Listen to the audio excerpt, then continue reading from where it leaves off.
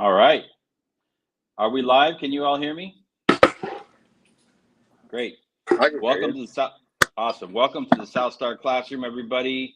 We are here today on a beautiful Tuesday afternoon, and we are, I believe, episode 105. 105. Yeah, that's right. Today, talking about we often talk about how are the children doing, and today we are going to talk about where are the children, especially in this like post-pandemic era, Yeah, that's a question. and school attendance. So that's what we're talking about today on the South Star Classroom. Thank you all for being here. My name is David Castillo, one of the co-hosts and co-founders. We generally take a little bit of time at the beginning to do some check-ins, so we will do that. But I do want to make a note, there are normally 4 of us here. There are 3 of us here today. So just in the spirit of talking about attendance, we are running at a 75% attendance rate for today, which is higher than some of the numbers that we're going to be looking at today. Sadly. We miss you, Dr. Cole. All right, well, let's jump off into our check-ins. Let's go ahead and start with Jubilee. How are you doing today, Jubilee? What's going on in your world? I'm doing great. It is 1 month before my birthday. And so therefore, it is time for the festivities to begin. I'm accepting all sorts of gifts, flowers, candles, all the things. So I'm giving people like a heads up. I think a month is an adequate amount of time to prepare. But yeah, we're winding down the summer. School starts down here where I am in Maryland on the 28th. So it's the last few days of summer. Went to the pool for the first time this summer in my building. And so, just been relaxing, taking in the rest of these days before it's time for the mad school rush to begin, and excited about my upcoming birthday. Awesome. All right, we'll be tracking that. So we're 1 month out. We will keep tabs on that. And enjoy the rest of the days of your summer. Yes. Because they will be gone Yep. quickly. Thank you. Omar, how we doing? Man, so like I've heard of the Lebanese and the Mexicans will do it's the birthday week. I've never heard once in my life it's the birthday month. Yeah. It's 1 month leading up, everybody. Yep. I need everybody to prepare. And David, have you ever heard a solicitation of gifts? You ever heard of a solicitation of gifts? I have. That's a first for me. So while Jubilee is in festivity mode, man, we started school. We're in our 3rd week. It's still incredibly hot in El Paso, but it's been going, pretty well. So getting into our groove, usually September things begin to calm down, kind of ironing out all the wrinkles, doing a lot of cultural work. We have a lot of things to kind of address this school year, but it's just so funny. We were just talking about school and the importance of it because I was just doing an interview for some local stuff in conjunction with Warner Brothers for the release of the Blue Beetle movie. If you don't know, the Blue Beetle movie is coming out, I think August 16th. So I think this weekend, or today's the 16th, or tomorrow's 16th. I think it comes again. Blue Beetle is from El Paso, and that comic book takes place in El Paso. So there's been a lot of, and I think we'll do a whole show on it, but there's a lot of controversy because they didn't film it in El Paso, and then they didn't name the city El Paso, and they just kind of did this weird cross hybrid of what looked like Boyle Heights, Los Angeles, East LA, and Miami versus El Paso. So there's some people that are wanting to address it, and I just got interviewed about what it is about the El Paso Leadership Academy, about El Paso, and our revolutionary approach to Latino education that resonates with the Blue Beetle and the release. So that was awesome. And you will, if I get that clip, we'll post it up on our Facebook, or not our Facebook, excuse me, our Instagram channel for the South Star Classroom. Yeah. And we'll do a whole show on it. That will be my show this upcoming time. That'll be dope. Yeah. David, what's up, man? How are you? Excellent. We are good. It's hot here too. It's not Texas hot, but we start school tomorrow. So, we've been kind of like psychologically ramping up for it, getting the back to school supplies, enjoying the last few days. But yeah, my son goes back tomorrow. He's excited, looking forward to it. Um, and I do want to make a retraction from I think last week's show or maybe 2 weeks ago. My son has a new principal this year, Mm. and he's from within the district, so he's familiar with the area and the school district. Um, and we got notice like a couple of weeks ago, just before the school year was going to start.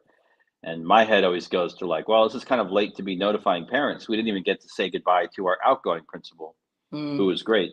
And so I'm like ramping up, gonna send off an email to the superintendent, and I'm like, let me just do one more quick check of his name in my inbox to see if maybe I missed something. And sure enough, back in May, they notified us that our former principal was leaving to go to another school in the district, and that this new principal was coming in. So I'm glad I did not like fire off that email before double checking to Dude, make way sure to that I go double checking, dude. I That's a I'm this great is this move. is good for like parents, this is good for Yes. teachers, for principals, anybody working in schools or just in general humans. If you feel like, you got something sprung on you, that's fine, but just take 5 minutes, check your email, check your text messages. People may have done what they needed to do. In this case, they did. So, there it is. Yeah. So I Awesome. retract that, They did the right thing. You know what it is a good demonstration of, though? That's a good demonstration of emotional intelligence. See, because what you did is that you were Oh, about one of the to one of the you were few coming for me. Yeah, thank you. you're about to bounce on emotions, and you wound up saying, you know what? Let me pull in this secondary component of just double checking and not acting Yeah. impulsively or capriciously on how I feel. Look at you, man. That is some emotional intelligence right there that you just practiced. Part of our social emotional curriculum that Jubilee loves talking about. There you go. Yes, There you That's go. I a love it. good example, man. But people think social Yeah. emotional learning is so complicated. And it's like, no, that's it. That is a good example of emotional intelligence, man. And then you wound Yeah. up making the right decision. Imagine have you fired off that email and someone's like, oh no, man, we got David Castillo on us. Oh no, man, the beard of knowledge. He's And I've done about to that rain his before. I've done that tear. before, and I've regretted it. And people have done it to me too. And you're like, oh, let me forward you this email from a couple months ago. You may have missed it.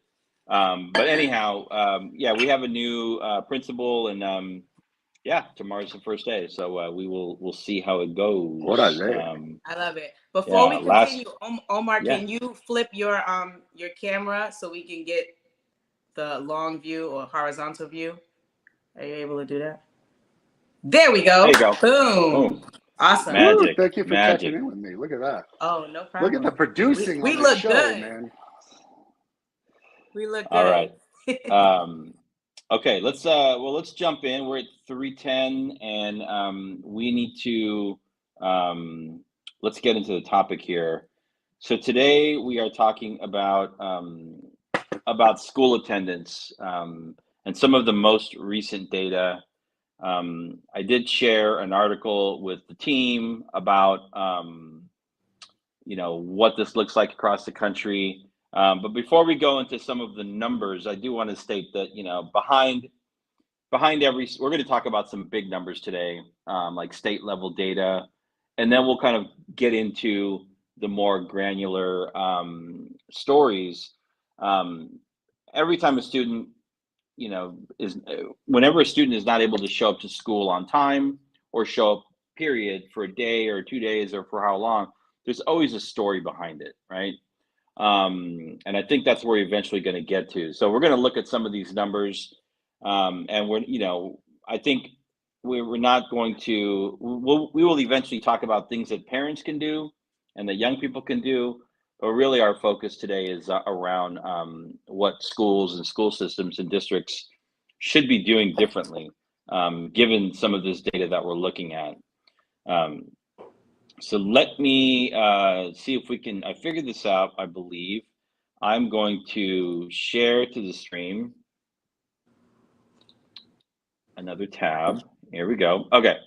So we are using a piece that came out, I think it came out on AP, but also published on EdSource. And it's looking at what some of the national data looks like, right? And I will share this with you. They do share in this map that Alaska, New Mexico are the states where students struggled the most and families struggled the most to get students to come to schools, right? But we'll go down here. I'm going to scroll down a little bit, and this is you should be seeing like this is a comparison graph, and we'll look at Alaska, which is the top state here, AK, not Arkansas. Arkansas is AR, otherwise known as Arkansas to some people. But Alaska is the top state. And what we see here, we're looking at 2 data points. The blue dot says before the pandemic, they were still running at a rate of about 29% of students that were chronically absent. That means that of all the students in their school system, about a third of them were missing 10% of school or more a year. That's the definition, right? So for every 100 days, 10 days. School tends to be what, like 180 days or 70 days, something like that. So you can imagine. 180. Now it's interesting because this doesn't say like Omar or Jubilee could have been a student that falls into this category, and maybe Jubilee missed 18 days. So Jubilee just made it onto this list, right? Into this data set. Omar could have been another student that's included in that number, but Omar could have missed 100 days. So it doesn't really do it's just a big raw number. The second red dot now that we have is for the 2021-2022 school year, right? So we're looking at about a year of data lag. That would have been the first school year, I believe, that where most schools were back in person. So Alaska went from 29% to about half of all students. That's what we're looking at. We're looking at the District of Columbia from 30 to 48. You're looking at half there, right? And we could dig into these numbers too. The article does it. When you're talking about Alaska, you're talking about, many of this 49% are Native Indigenous children, right? When you're looking at DC, we're talking about African American and Latino children. Then we have New Mexico, right? This shows the gap from pre-pandemic to the first year of in-person schooling. Top states: Alaska, District of Columbia, New Mexico, Michigan, Oregon, Nevada, Colorado. Arizona had a big jump. I'm just going to scroll to the bottom here. Interestingly enough, at the bottom, what do you see there? You see Alabama that went from like 11% to 18%. So a jump, but not a huge jump, right? Same with New Jersey. I don't know really why. The article doesn't explain the difference in these different areas.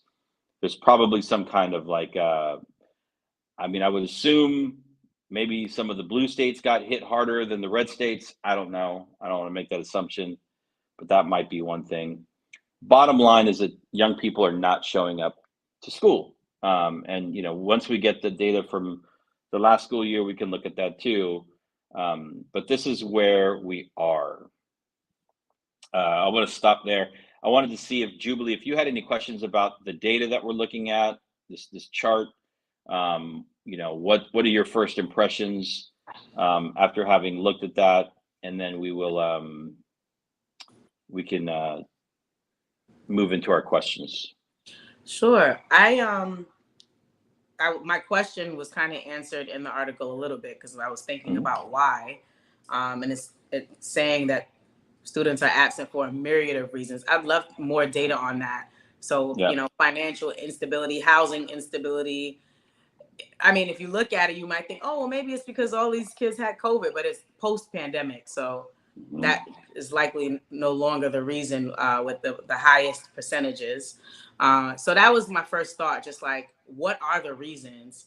I would love to know if there is some sort of organization that is delving a bit deeper into those reasons, like the financial instability or housing instability, the sicknesses, the teacher shortages, which we know, is the case. Like, what's beneath those?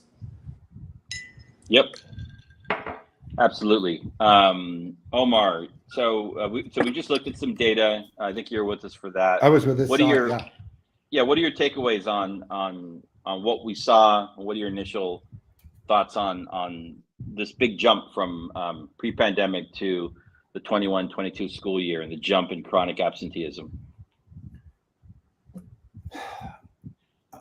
I think parents during the pandemic got exposed to the ludicrous inadequacies that were going on in our educational system. I think that people were just kind of going, before the pandemic, just kind of going through the motions, right? Like, hey, our kids go to school, we're checking in our kids, we're ensuring that, homework is being done, and they're doing the components that I think parents got very used to. I think when the pandemic happened, it unveiled what was going on behind the scenes. And I think parents got extraordinarily exasperated by what they saw, which was a archaic, disorganized system that didn't have their act together, had no coordination between teachers, no coordination between the administration, and people just grasping for straws. So I think you are seeing the aftermath of a distrust and a jaded sense of what the American educational system is, especially for low income populations. Like you're middle income, higher income, you're going to go to school. You've got the stability of doing those things. I work in a low income area, and I got to tell you, our attendance took a huge hit. And you're saying, well, what does that look like? For us, our attendance was usually at like 96, 97%. Last year was around 92, 93. So even we saw a huge hit, but that is comparison to the school districts that were below 80%, David, Jubilee. So you've got to, and people are like, where are these kids? And that's a really good question that I think we've got to answer on this show. Yo, dude, where are they? Because everyone's like, well, they went into the charters. I was like, we had a slight increase, but they're not with us. And they're not exactly at the private schools. So where are they? Yeah. So from this, so a couple of lines here from the EdSource piece, and Jubilee talked about this earlier. A myriad of reasons. You're right. Finances, families that are struggling financially, housing instability, which we know, illness, transportation issues. Omar said school staffing shortages. And then we get into like anxiety, depression, bullying, and general feeling unwelcome at school. And so those pieces are interesting, like the anxiety, the depression, and the bullying were pieces that, maybe students didn't realize, or parents didn't realize until their kids were home, that were happening in school. And it's like, okay, why are we going to send our kids back to school if we know that, bullying is happening, and our kids are telling us that they don't want to go back to school. Also the effects of online learning, which Omar spoke to. The school relationships have frayed. We went from, being together in classrooms and buildings in a community, to being on Zoom. And this is after months at home, but I mean, shit, it was like years at home for us. I don't know where kids were out for months. We were out for 2 full years. Many parents and students do not see the point of regular attendance, right? And so you send your kid to school for, however much time, and then all of a sudden your kids are at home doing online learning, and then a mix of that and, what we all learned to do was like homeschool our kids. And we're like, you know what, our kids are actually fine. I think that it's like, they're not going to be harmed by, not being in school 90% of the time. So I think that was part of what Omar was speaking to. So Let me get rid of this. Getting a little fancy here. What do we have? Okay, am I good there? Yeah, I think I'm good. All right. The So Omar alluded to this a little bit. Um, we're looking at big numbers for a state. We're looking at big numbers, for districts, but we know that the impacts are more profound for low-income students, for African American students, for Latino students, for Indigenous students, for special education students, right? So what do you have to offer there? Like, what are things that you're seeing? What are some of the rationale or some of the reasons that you're seeing? Like, why should this be something, not just, why should we not just look at one big number? Why should we take the time to actually drill down to see who is this impacting more and who is it impacting less? Or does that matter? I think, yeah, it matters. I think you can't make an informed decision without information.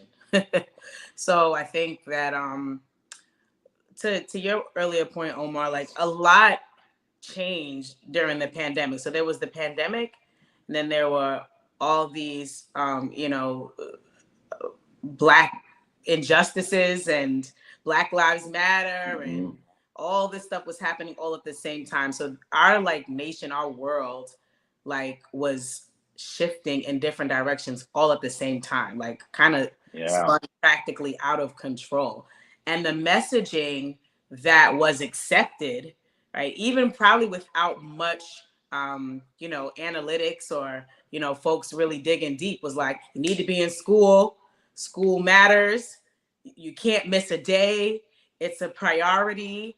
You don't want to fail, right? All of that stuff was dismantled during the pandemic when we introduced, okay, now you can hop on a computer and do online schooling. Now you don't need them heavy textbooks that you had these third grade babies carrying back and forth every day for social studies. Like all the things that we have needed and have messaged have high levels of importance for decades. Within less than a year, dawn, and it's like, yeah, we don't really need those things. So I think if we're going to really be able to support our children, if we're going to really be able to make a change, we have to get more information.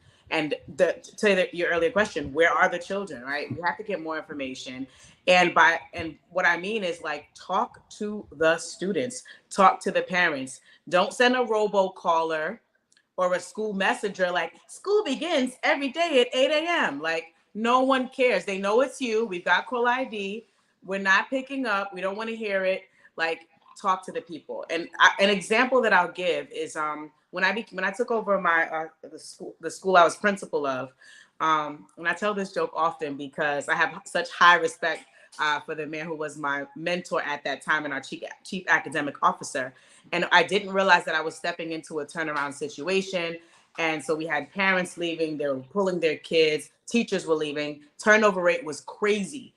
And my CAO looked at me and he was like, you got to call the parents. I'm like, call the who? Oh, 250 parents times two? No. He was like, no, you have to call them, right? Because everything is in such an uproar. And I don't know who's who and what's what. So the only way for me to get the information would be for me to call the people, humble myself, and talk to them. Hey, what's going on? I noticed you disenrolled your child. What's going on? What's the And that's how I got the information to be like, oh, there's a lack of trust. Oh, they heard that so-and-so was going to be their teacher and that person was abusive last year. So I got to let them know that person's been terminated, or come to my office. Let's build rapport. Like, you got to get information. You got to talk to the people. You got to go back to grassroots and talk to people and find out why the babies and the students are not in the building. Right. Then we can make some informed decisions that I think can draw them back into school. So you're talking about proactive practices, right? And I want to make sure that we're grounded in like the reactive practices that at least pre-pandemic schools had at their disposal, right? The saying is like, if the only tool that you have is a hammer, everything looks like a nail, right? So pre-pandemic, there were a couple of things that were happening with attendance going back a little bit further, under again, one of the good things about No Child Left Behind is that there was actually some accountability around schools demonstrating um, growth around average daily attendance. That was one of the metrics, right?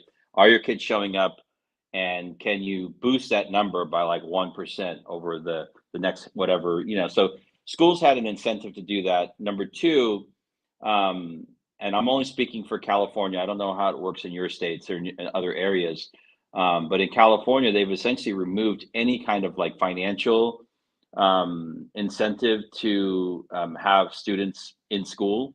So the funding is pretty much like no longer tied to average daily attendance. And that was definitely a motivator, especially for being a small independent charter school. Like we needed that money. And the more kids we had, the more funding we had. It was very simple. And so we figured out how to bring them in. But the most like rudimentary tool that school districts have at their disposal is around like what do you call it? Like the truancy policies, where essentially like if Omar or Jubilee or Charles is absent, and we call, then we start sending like certified letters, and then we essentially you're kind of moving down the path of like turning a family over to law enforcement, right? I'm like, they're already not showing up. What do you think this like law enforcement approach is going to do? You think it's going to make them show up? And then you move to like, well, now we have to expel you. The kid was already not showing up, and now you're going to expel them. Like what is happening, right? And so I don't know what tools districts have at their disposal. Especially the bigger districts, it's harder because anything that you do in a big system like that is difficult. But Jubilee pointed to some of it around some of the practices, like the human connection, right? Calling families, talking to families, moving away from robocalls or surveys, actually getting closer into figuring out why students aren't showing up. Omar, what do you got? I know you got something. I got a lot. I think to address the original question of doing a deep dive into the data, like it's absolutely necessary to figure out exactly who is missing school, why, and what are their conditions. Look, like even for our teachers in El Paso, I have to remind them the way that you were taught worked out for you, and you are the 16% that graduated from your college. What about the other 84%? You keep assuming that what worked for you will work for everybody else.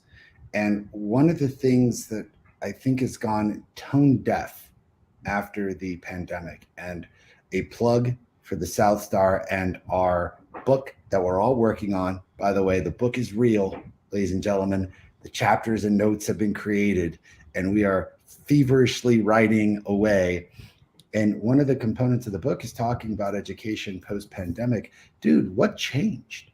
David, Jubilee, what changed? All this promise of we'll be better and we're going to change things up. And it went right back to business as usual. It went right back to the practices of middle and upper middle income realities.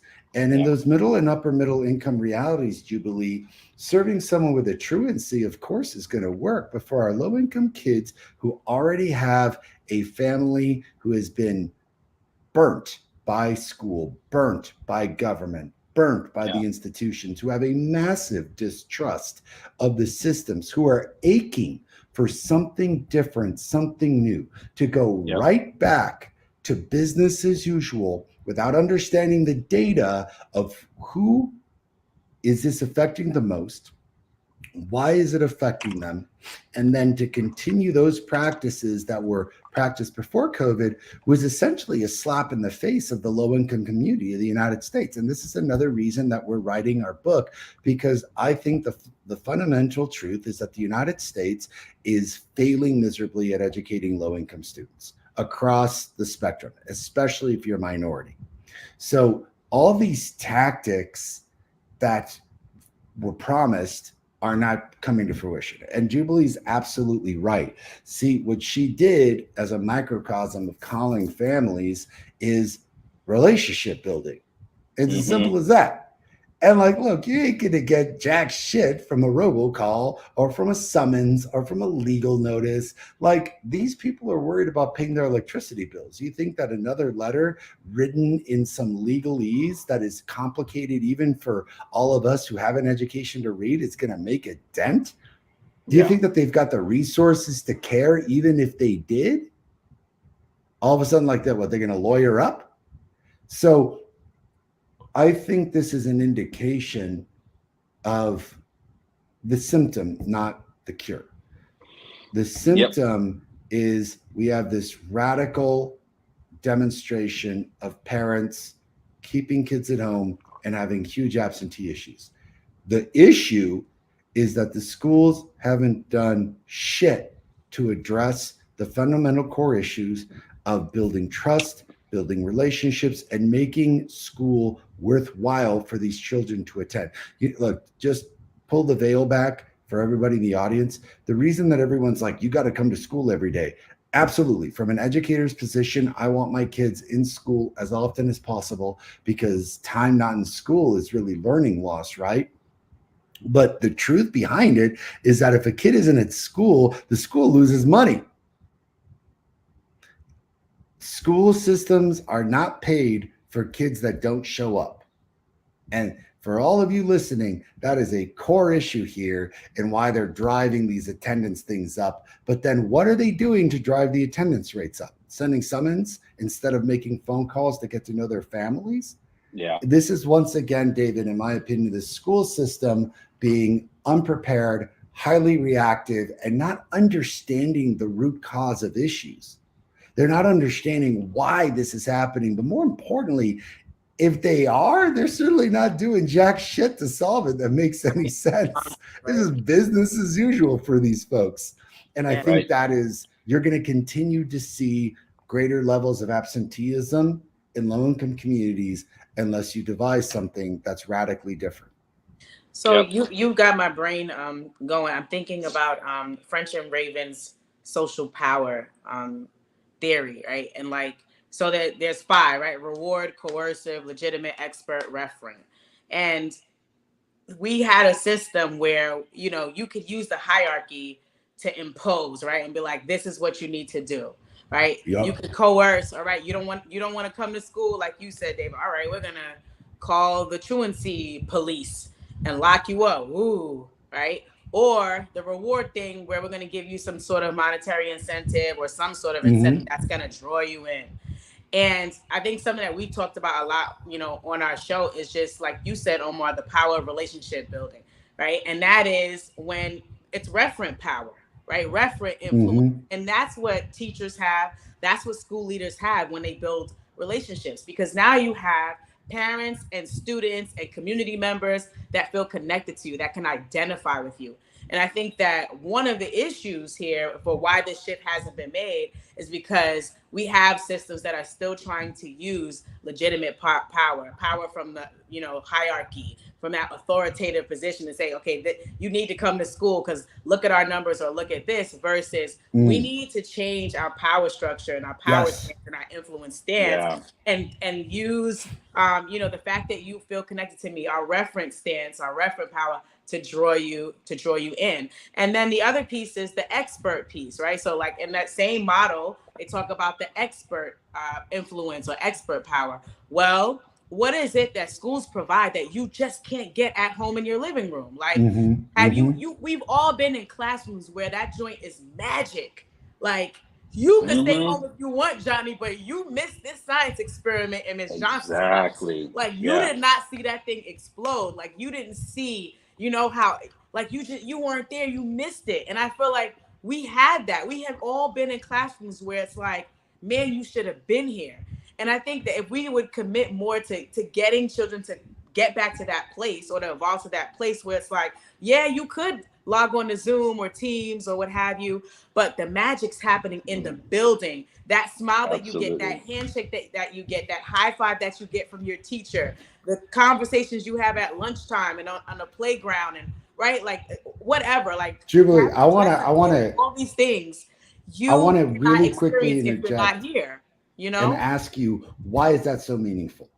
So I know why, but I really want you to hit this home with our audience. Why is that so meaningful as opposed to like an online learning modality? Because you're hitting it right on the dot.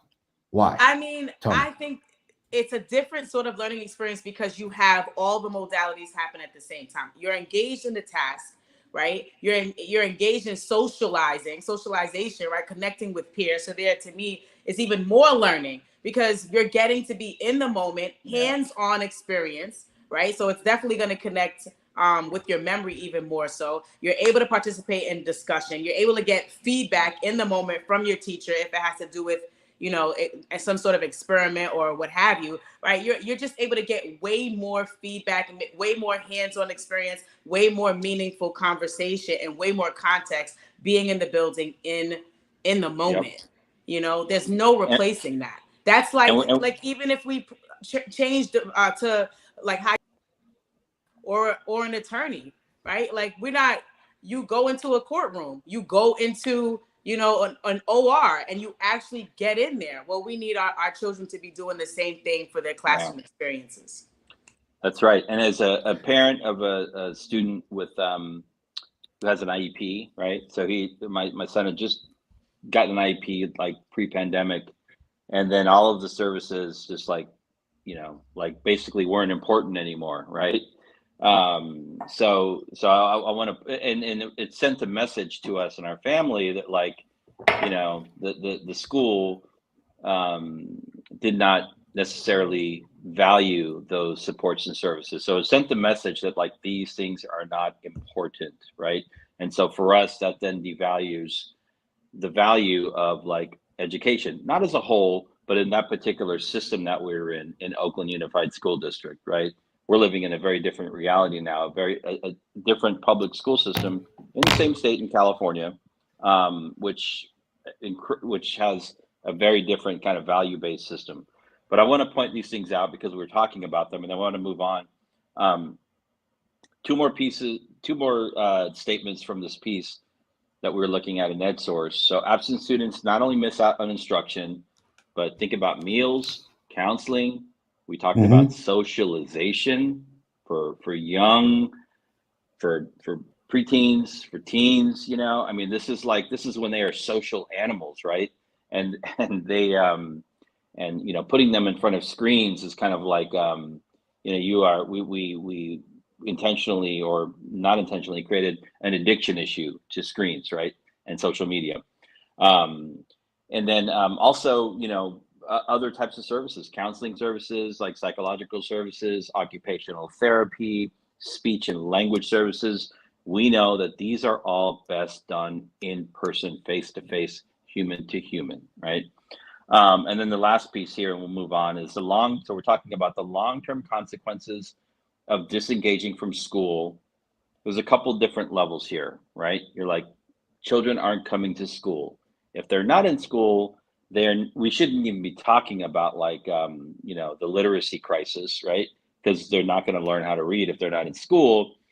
And we know what happens with young people, especially black and brown low income students that are not successful, where schools are not able to successfully support them, is dropout. And we know what the data says around that and life outcomes. And that's real. That's like the real world impact, right? So this is not a game, but I do want to shout out Attendance Works.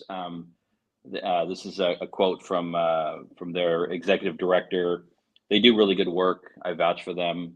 We've worked with them long before the pandemic, just around like, how can we get our attendance from 89 to 91%, And they have a lot of good tools. So folks should definitely check them out. Attendance Works. Shout out. All right. Yeah, so we are at 3:40. We are at 3. Oh, yeah. It is time for Nietzsche's niche notes. Oh, wow. So Omar, I'm throwing the ball to you. Oh, okay. So just to frame this part of our show, we're all experts at different things, and humble ones at that, because we all still have learning stances as much as, right? Like we still have a learning stance. orientation.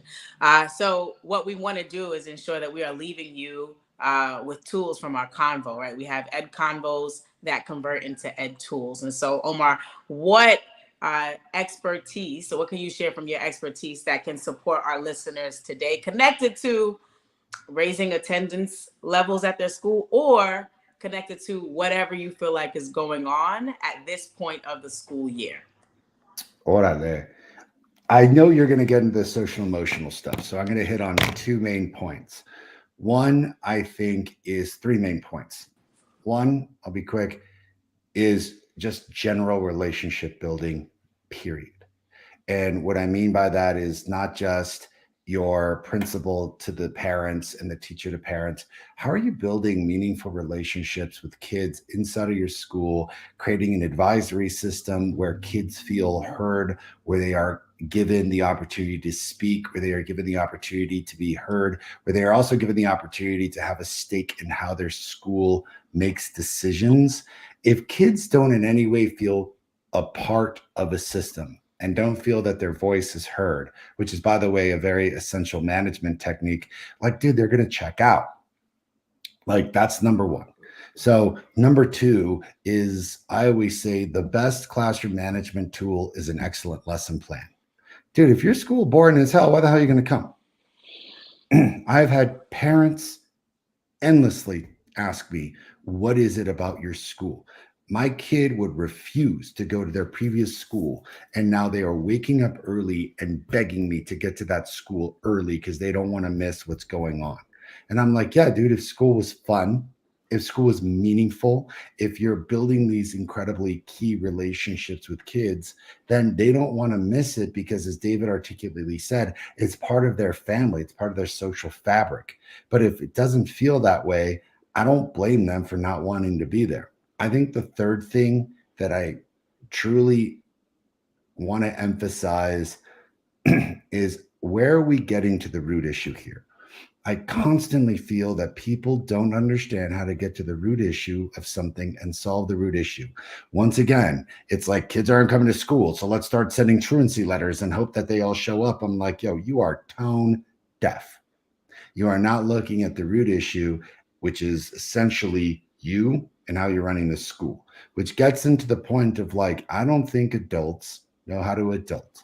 I don't think that they are accepting responsibility for themselves and looking at themselves and saying, what is it about what we're doing, what I'm doing, that is causing this issue? It's always somebody else's problem. And frankly, with a low income population, this is just speculation. It feels like, well, screw them. Like, why are we going to go out of our way for these low-income kids? Forget about it anyway. It's probably better that they're not here. And I'm like, word, all right, cool. Like, you're just setting up the United States for poverty by not educating its population. So those are my three niche notes, people. But sign us up. Hire the South Star. We are exceptionally good at finding the root cause of issues and helping you solve them. Boom. David, what you got? All right, let's see. I'm appreciating this, my newfound friend learning how to screen share.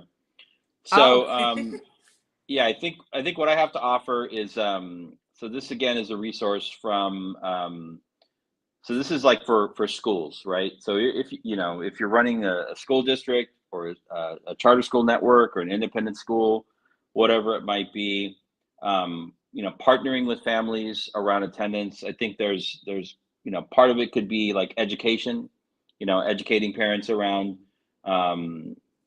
some clear facts around the importance of attending school, even like defining things like, what does chronic absenteeism mean? Parents might not understand that.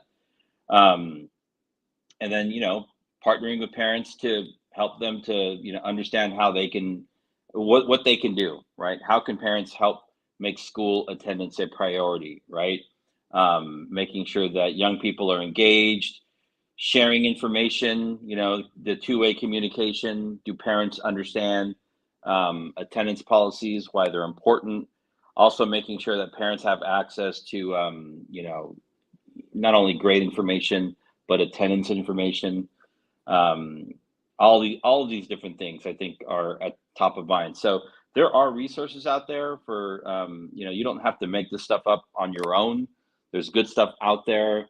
But I think the most important one, which is probably the hardest one for schools to do, is to, and some of it's like low hanging fruit, having teachers email or call home early on in that school year, maybe an email before the school year starts, and then a phone call in the first couple of weeks, make that connection with the family, right? I think is really important. And it shows that like people are on the other side, they care, and you open that communication link. And then what Omar was talking about, and you too, Jubilee, is making sure that if we're going to send our children to school, it needs to be worth their time, right? It needs to be fun, exciting, something that pulls them in, as opposed to us like pushing them into school. They need to be pulled into school, because school is a place that where they feel valued, and where they see it's a benefit to them. The older kids get, you realize they spend how much time do they spend in school? 8 hours, 9 hours a day, right? If they do after school programs, even more, right? And if it's not a place where they feel like they're being cared for and their needs are being tended to, they're going to be less likely to want to show up. So I think that's where everything from like lesson planning, making sure that you have like activities that young people can engage in that are like fun, and that they feel safe. That's what I have to offer. Yeah, man. Yeah. So I'll keep the ball rolling. So I was reflecting on a couple of students who stick out in my mind. One who came to school regardless of the fact that she had a broken leg, and like insisted on being. I'm like, girl, please, it's okay. We will give you. We will give you a dope, few though. passes. It's awesome. Like, no, I want to be here. I asked my dad to bring me. I've had students who lost loved ones. No, I want to be here, because school is where they felt most connected, most seen, most heard, most valued. And I feel like that should be the gift of every child, that you should be able to be in a school that makes you always feel like you are home. And if we can create that, then children will come. Now, yes, there will still be other issues, right? Like we talked about earlier, but that connection really, I believe, has always been the thing that drew children to school. Now, what drew the adults was that whole power thing I was talking about, the whole hierarchy, the whole, power, like you need to get your, kid in school kind of thinking, right? And I think that sort of like, induction of fear, it'll produce some initial movement, but it will not create sustainable change. It just won't. The truancy letters, the letters home that say that your child's been absent 3,068 times, the robocalls over and over and over and over again. You might get a little bump, but I think what's scarier than COVID? What's scarier than watching George Floyd die? Are you hearing an echo? Yep. I don't know why. Okay, gone now? Yep. Okay. Yeah, what's scarier than what happened with the pandemic, with COVID, losing loved ones, job loss, watching George Floyd, be murdered in front of it? Like, a lot of traumatic stuff happened. So that fear thing, like for many people, it's like, well, what now? Like, my kid's been home. What have you got? Right.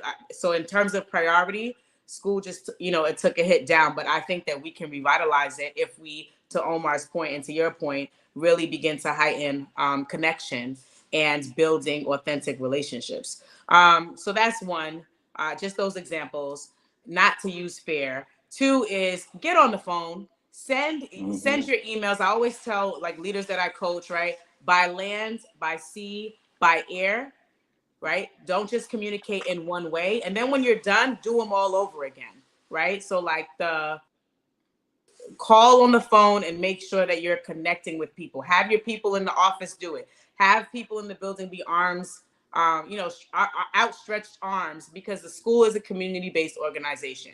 It is there to serve the community. Whatever community it's in, that's what the school is there for.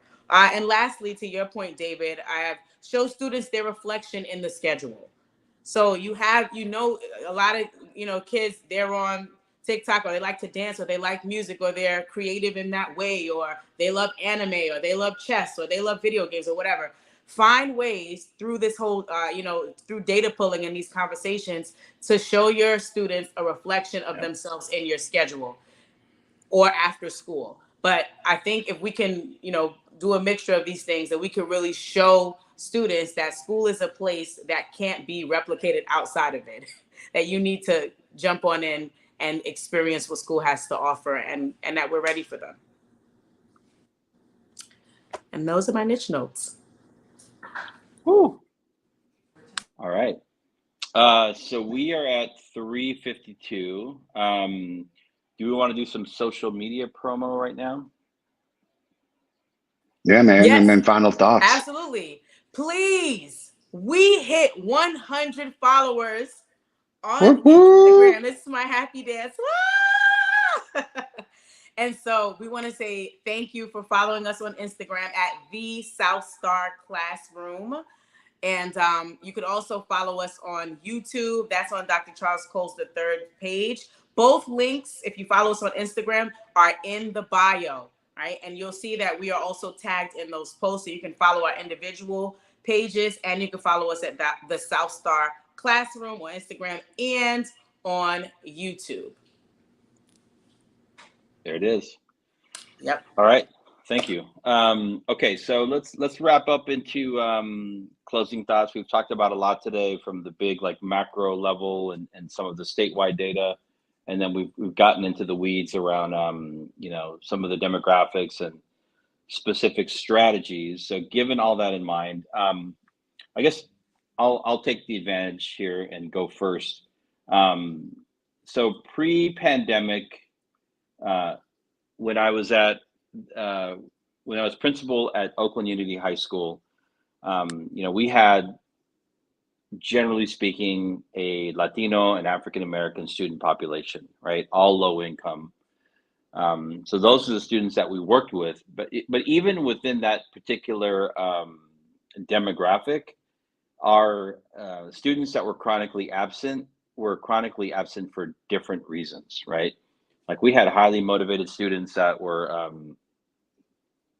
chronically absent for family reasons, custody reasons, whatever it would be. And then we had students that would be absent for, for different reasons and fear out of what might be happening on a particular day around some kind of gang issues, right? Because that was real. But I do remember one point in time where, we had to strategize as an administrative team and as a grade level team for a particular student that showed up to our school. And this kid showed up mid-year and he had a cane, right? He was a 10th grader with a cane because he had been shot in the leg. And so, we're like, okay, we're a public school, we're a public charter school. And the student struggled with attendance, but we worked with him. We worked with his family. He was coming to us from a nearby big district school to escape, gang violence. And, we had to do X, Y, and Z to make sure that we were sending the message to him and his family that he was going to be safe at our school. And we eventually, provided those supports. He ended up graduating from the school. And so I think the idea here is that in addition to doing surveys, figuring out why students aren't showing up, and again, this is harder for the big districts, but it's really important to understand that behind every student and their family that are not showing up to school, there's an authentic and genuine story. And you have to get into that story. You have to understand that story, not judge it, but that's your starting point. And then from there, your team, your grade level team, your counseling team, your administrative teams can start to strategize, create strategies to improve attendance. It's not a one size fits all is my my big message here. Orale. Uh-oh. Nope. I'm back. There we go. Yeah. Woo! I mean, well said. I think the root issue that we're all addressing here is that you have a school system that is doing still a one size fits all mentality. A one size fits all mentality to academics. It's draconian and it's feudalistic as hell. Get ready. Like, we're going to talk about it in the book. And one of the chapters that I'm really excited about diving into and writing is that if you really think about it, like, aren't schools just the feudal system? Like a shitty feudal system, right? Like, and I'm talking about like medieval Europe and shit. Like, you got the teacher who's like the feudal lord in the classroom, and they're like, "What I say goes, and you better do it, otherwise, grrr." You know, and then like your principal is like the lord and vassal of the land, and like, this is my domain. And then like your superintendents are these like, you know, they remind me of the kings from Shrek. They're a little tiny, insecure, egotistic, hard-boiled individual who has, you know, illusions of grandeur and like are D-list celebrities who have no idea how to actually do the job. And it's such a feudalistic system, but that feudal system, guys, is based on dominance and fear. Do as we say, otherwise this. And that has been the system that's been in place since the 1930s. And we're now in the 21st century. And I got to tell you, no kid gives that. And I don't know if they ever did. Like, kids didn't give a shit about suspensions and detentions, unless, of course, it was their mom and dad who were blaming them for it and getting them in trouble. So the real consequence happened at home.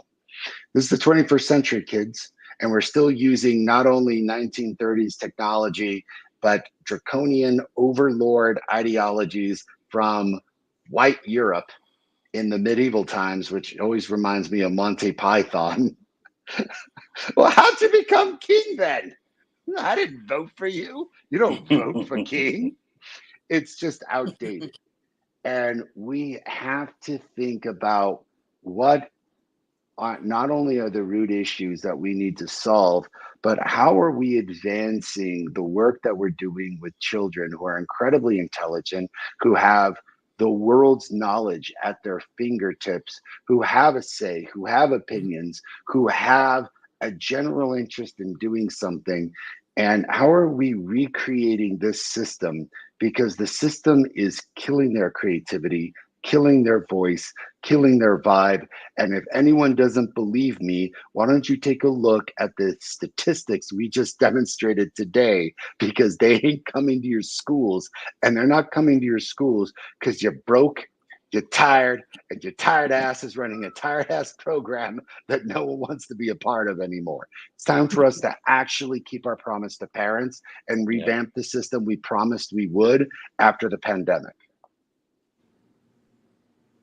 Bam. I don't know if there's anything else to say, right? Like, I was being polite. Woo! I mean, all of that, 2 snaps and a Tootsie Roll, like, definitely agree. I think what my final thought will be around, the scripture keeps coming to mind. There's a scripture that says you can't put new wine in old wineskin. And I think that when we look at what has happened in our world and the fact that all of these things have had an impact on our school system, we need to treat it as a novelty. We need to treat it as something new, and not try to continue to look with old lenses, right, and old ways of thinking and being, because the system is not like that anymore.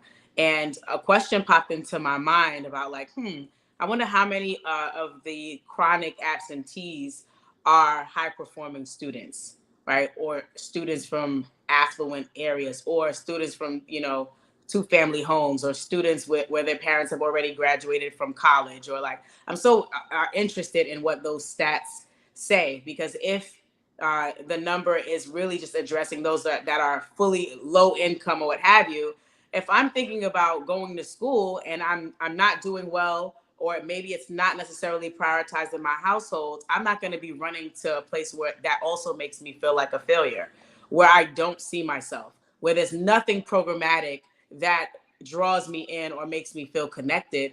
And so it's been deprioritized. So I think that's a very mixy way of me saying, like, one, it's a new place. The school system is a new place, and we need to treat it with new eyes. We need to not be stuck and stubborn about shifting and having new ideas with how we are scheduling, how we're educating, how we're reaching out to families, how we're building connections with students. Final thoughts. All right. Thank you Straight very up. much, Badass. Jubilee and Omar, for today's show. I don't think we answered the question, where are the children? We talked about different ways of trying to get children back into schools, but yeah, I think there's still several outstanding questions around exactly where the children are. But it's a serious issue, and we hope that school leaders and school system leaders are working to address this, because the real world consequences for children are just that. They're very real. So thank you for joining South Star Classroom, episode 105. We missed Dr. Cole today, and we'll be back Friday at the same time for our rebroadcast, and we'll be back next Tuesday at 3 p.m. Pacific time, 6 p.m. East Coast time for episode 106. Thank you for joining us today. Peace. Peace, everybody.